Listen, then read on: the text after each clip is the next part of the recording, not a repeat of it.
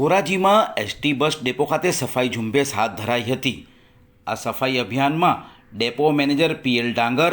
ATI Yuvrajsinh Jadeja, Hardevsinh Vaghela, ST ડેપોના સમસ્ત સ્ટાફગણ સાથે ભારતીય જનતા પાર્ટીના ધોરાજી શહેર પ્રમુખ રાજુભાઈ બાલદા, મહામંત્રી પિન્ટુ ત્રિવેદી, રમણીક ટોપિયા, નીતિન જાગાણી, રણજીત ગાગડિયા સહિત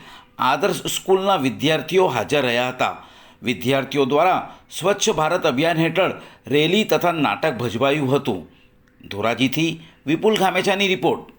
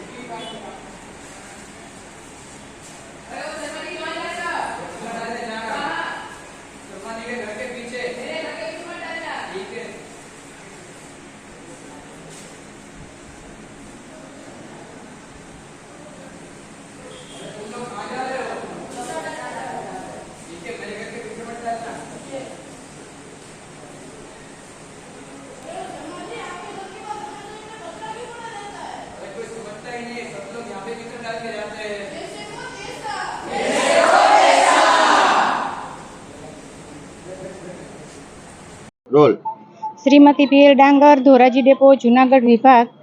आज रोज जीएसआरटीसी एक सफाई अभियान बाबते 17 सप्टेम्बर थी 31 ऑक्टोबर सुधी अलग अलग रीते अलग अलग डे टू डे नी सफाई अभियान माटे जे प्रोग्राम चालू करेला छे एमां आज रोज जे भाजपना कार्यकर्ताओ श्रीओ, प्रमुखश्री, उपप्रमुखश्रीओ, जे महामंत्रीश्रीओ आज हाजर रहेला અને અમે એનું આજ રોજ ઉદ્ઘાટન કરેલા છે। હવે જીએસઆરટીસીમાં ડે ટુ ડે સફાઈમાં કઈ રીતે તો કે એક દિવસ વૃક્ષારોપણ, એક વૃક્ષ માં કે નામ,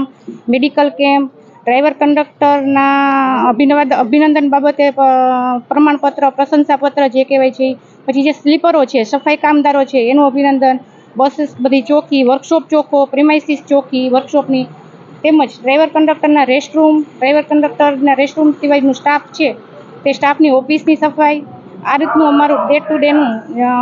અંદાજિત 45 દિવસનું જે સફાઈ અભિયાન છે એનું અમે આજ રોજ પ્રારંભ કરેલ છે। રાજુ બાલદા, પ્રમુખ શ્રી ધોરાજી શહેર ભારતીય જનતા પાર્ટી। આજ 17 તારીખથી અલગ અલગ સરકારી કચેરીઓમાં જે કંઈ સફાઈ અભિયાન છે અથવા તો 17 તારીખથી 17/9થી 31/10/2024 સુધી સરકારશ્રી દ્વારા અલગ અલગ કાર્યક્રમો આપ્યા છે। તેમાં દરેક સંસ્થાઓ, કચેરીઓમાં સફાઈ ઝુંબેશ તેમજ રક્તદાન કેમ્પ, મેડિકલ કેમ્પ એવા અનેક કાર્યક્રમો આપ્યા છે। તેના ભાગરૂપે આજે ધોરાજી બસ સ્ટેશનમાં સફાઈ ઝુંબેશના કાર્યક્રમમાં ધોરાજી શહેર ભાજપના પરિવાર પણ ઉપસ્થિત રહેલ અને આવનારા દિવસોમાં ગુજરાતને અને ભારત દેશને સ્વચ્છ બનાવવા માટે જે કંઈ સફાઈ ઝુંબેશ ઉપાડેલ છે તે સરકાર દ્વારા સરાહનીય કામગીરી છે અને લોકો તથા કચેરીના કર્મચારીઓ આ બાબતે સારી રીતે આપણું આંગણું સ્વચ્છ અને સારું બને તે માટે આજથી આ સફાઈ ઝુંબેશ કરેલ છે અને આવનારા દિવસોમાં ભારત અને ગુજરાત અને આપણું શહેર પણ સ્વચ્છ બને તેના ભાગરૂપે આજથી કાર્યક્રમ શરૂ કરેલ છે।